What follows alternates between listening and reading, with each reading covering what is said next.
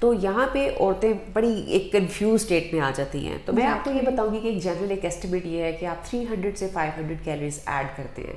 وہ مدرس جو لیکٹیٹ کر رہی ہوتی ہیں, جو نرس کر رہی ہوتی ہیں, ان کو 300 سے 500 کیلوریز ایڈ کرنی ہوتی ہیں. سو لیٹس جسٹ سے کہ اگر آپ کا جو انٹیک 1500 ہے تو آپ کو 1800 تک جانا ہے. تو ایسا نہیں کہ آپ کو کیونکہ آپ نے بچے کو فیڈ کرنا ہے تو اب آپ کچھ نہ کچھ کھاتی رہیں یا ہر طرح کی چیز سے اوور فیڈ کریں اپنے آپ کو اور پھر ویٹ گین کریں. آپ صرف اور صرف 300 سے 500 کی بریکٹ کے اندر کیلوریز کو بڑھا کے بچے کو فیڈ بھی کر سکتی ہیں اور اپنے ویٹ کو مینیج بھی کر سکتی ہیں. گریٹ, بالکل زبردست. اچھا, ہم برتھ کے بعد ویٹ کو کنٹرول کیسے کریں, مطلب اپنا وزن کم کیسے کریں؟ دیکھیں, میں نے جیسے کہا کہ پریگنینسی اور پوسٹ پریگنینسی جو ہے یہ ایک ایسی سچویشن ہے کہ جس میں ہم عورت کو اس طرح سے گائیڈ نہیں کر سکتے کہ جیسے ہم اس کو فیٹ لاس کے لیے پریپیئر کر رہے ہیں, کیونکہ یہاں پہ جو چیز ہماری پرائیورٹی ہے وہ ماں اور بچے کی ہیلتھ ہے. ٹھیک ہے, تو ہماری پرائیورٹی یہ ہونی چاہیے کہ ہم کس طریقے سے ماں کو اور بچے کو اسٹرینتھن کر سکتے ہیں. تو پوسٹ پریگنینسی آپ کوشش کریں کہ آپ اپنی بیلنس ڈائٹ پہ رہیں, آہستہ آہستہ سے اپنی ایکٹیویٹی کو بڑھائیں, ایکسرسائز کو انکارپوریٹ کریں. اسپیشلی اگر آپ نے سی سیکشن کے ساتھ اگر آپ کر رہے ہیں, آپ واپس آنا چاہ رہی ہیں ایکسرسائز کی روٹین میں, تو آپ اس کے لیے اسپیشلی میں آپ کو انسٹرکٹ کروں گی کہ آپ اس کی کوئی ایک ایسی ٹائم نہیں ہے کہ مجھے 4 مہینے بعد یا 6 مہینے بعد کنٹینیو کرنا ہے, اسٹارٹ کرنا ہے. آپ اپنی گائنیکالوجسٹ کے پاس جائیں, وہ دیکھیں کہ کس حد تک آپ ریکور کر چکی ہیں, کس حد تک آپ کی باڈی ہیلڈ ہے, اور خود کو پش کریں, لیکن don't be too hard on your self.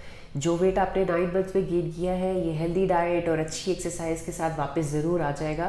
بس آپ کو خیال یہ رکھنا ہے کہ آپ کو کمپلیکیشنز کو اوائڈ کرنا ہے, تاکہ جو اسٹیپ فارورڈ ہم لے رہے ہیں ہماری جلد بازی سے کوئی ہمیں 2 اسٹیپ بیکورڈ نہ لینے پڑ جائے. زبردست. سدرا, یہ سب سے امپورٹنٹ کوشچن ہے کہ ڈلیوری کے بعد جو ہمارا ایبڈومنل فیٹ ہے اس کو ہم کیسے کم کریں؟ اگر تو وہ کم ہو سکتا ہے تو اس کا بیسٹ وے کیا ہے؟ اس میں کوئی سرجری وغیرہ آپ ریکمینڈ تو نہیں کریں گی؟ آپ اس کے بارے میں کیا کہیں گی؟ ایک کنڈیشن ہے جس کو ہم بولتے ہیں ڈائیسٹسس ریکٹائی. ہر عورت اپنی پریگنینسی میں اس کنڈیشن کو ایکسپیرینس کرتی ہے. وہ ہوتا یہ ہے کہ جو ہمارا آؤٹر لیئر آف کور ہے, جس کو ہم ریکٹس ایبڈومینلس یا اس کو یوزلی ہم بولتے ہیں 6 پیک مسلس, یہ ہم سب جانتے ہیں کہ 6 پیک مسلس کون سے ہیں. یہ مسلس جو ہیں ان کے بیچ میں سیپریشن آ جاتی ہے جیسے ہی آپ کا یوٹرس ایکسپینڈ کرتا ہے, کیونکہ اس نے بیبی کو اکوموڈیٹ کرنا ہے. اس سیپریشن کی وجہ سے ایک بلج آ جاتا ہے آپ کے ایبڈومن میں, جس کو ہم کہتے ہیں کہ یہ پریگنینسی پوچھ ہے یا پریگنینسی بلج ہے. یہ بلج جو ہے, جس کو بعض اوقات بہت ساری خواتین ہوتی ہیں ان کو اس کو کریکٹ کرنے میں, فکس کرنے میں بہت ساری دشواری آ رہی ہوتی ہے.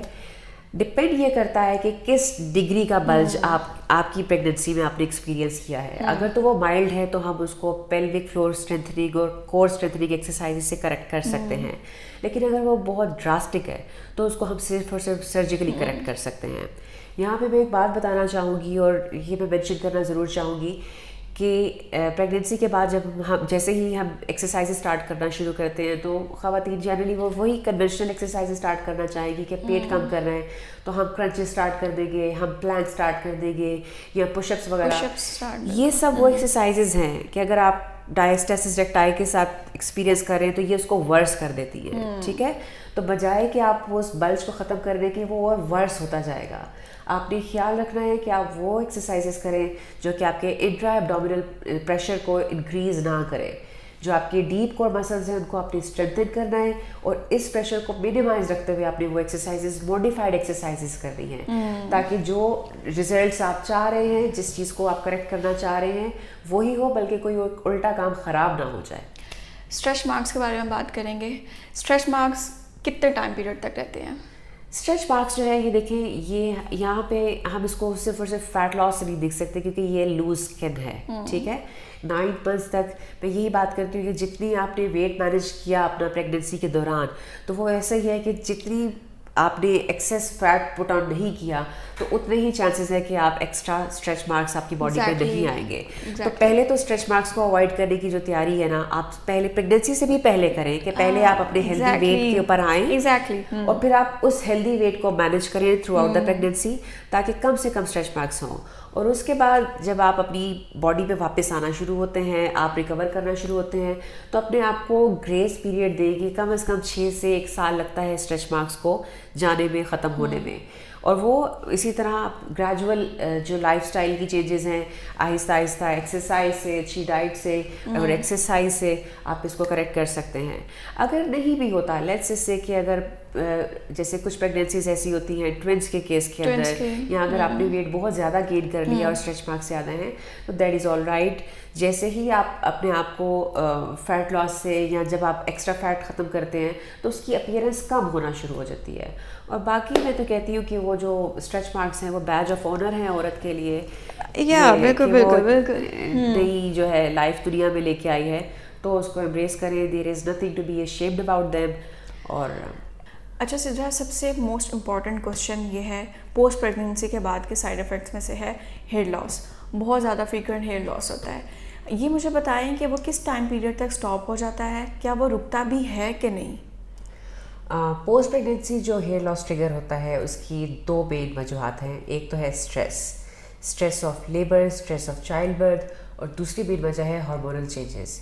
پریگنینسی کے دوران جو ہارمونس بالکل اسکائی ہائی رہتے ہیں, آفٹر برتھ وہ سڈن ان میں ایک ڈپ آتا ہے, جس کی وجہ سے ایک کنڈیشن ٹریگر ہو جاتی ہے جس کا نام ٹیلوجن ایفلوویم ہے. تو پریگنینسی کے بعد جو ہیئر لاس ٹریگر ہوتا ہے that is very much normal, وہ ریکور کرتا ہے, لیکن اس کو ریکوری کے لیے کم از کم 3 منتھ سے لے کر 6 منتھس تک, اور بعض اوقات 1 ایئر تک کا بھی ٹائم ریکوائرڈ ہوتا ہے.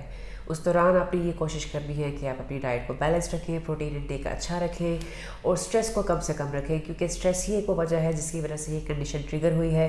تو آپ اس کو جتنا منیمل اسٹریس لیں گے اتنی ہی جلدی آپ اس کنڈیشن سے ریکور کریں گے. پر ایسا نہیں ہے کہ یہ پرماننٹ ہیئر لاس ہے, یہ ریکور ہو جاتا ہے, and there is nothing really to worry about. Okay, thank you so much Sidra. آپ نے موسٹ کامنلی آسک کوشچنس جو ہیں وہ ان کے آنسرس دیے. Thank you so much once again. اور کوئی آپ میسیج دینا چاہیں گی؟ بس میں ایک میسیج دینا چاہوں گی, بڑی سنسیئر موسٹ ایڈوائس ہے, وہ یہ ہے کہ ہمارے یہاں ایک رواج ہے کہ ہمارے گھر کے جو بڑے بزرگ ہیں وہ بڑے مختلف طرح کے نسخے اور ٹوٹکے دینا شروع ہو جاتے ہیں, جس کی وجہ سے جو مدر ہے وہ بڑی کنفیوز رہتی ہیں. میں آپ کو یہی ایک مشورہ دوں گی یا ایک ریکویسٹ کروں گی آپ سے کہ آپ مدر کو ڈائریکٹ کنسلٹیشن لینے دیں گائنیکالوجسٹ سے, اس کے ہیلتھ پریکٹیشنر سے, تاکہ جو متس ہماری سوسائٹی میں موجود ہیں ہم ان کو آہستہ آہستہ وقت کے ساتھ ساتھ کم سے کم کریں. اور مدر جس کنفیوز اسٹیٹ میں ہے کہ گھر میں جو نیا بندہ آتا ہے, ایک بندہ بول کے جائے گا کہ فلاں کھانا جو ہے یہ گرم ہے, فلاں کھانا ٹھنڈا ہے, یہ کھاؤ وہ نہ کھاؤ, تو وہ اس کنفیوز اسٹیٹ سے بھی نکلیں, اور نہ صرف فزیکلی ریکور کریں بلکہ مینٹلی طور پہ بھی زیادہ اچھا فیل کریں. بالکل. اوکے, اب ہمیں اجازت دیں. ان شاء اللہ تعالیٰ نیکسٹ ٹائم اور انفارمیٹیو ویڈیو کے ساتھ ہم لوگ حاضر ہوں گے. ہم دونوں کو اجازت دیجیے. اللہ حافظ. اپنا بہت خیال رکھیے گا. اللہ حافظ.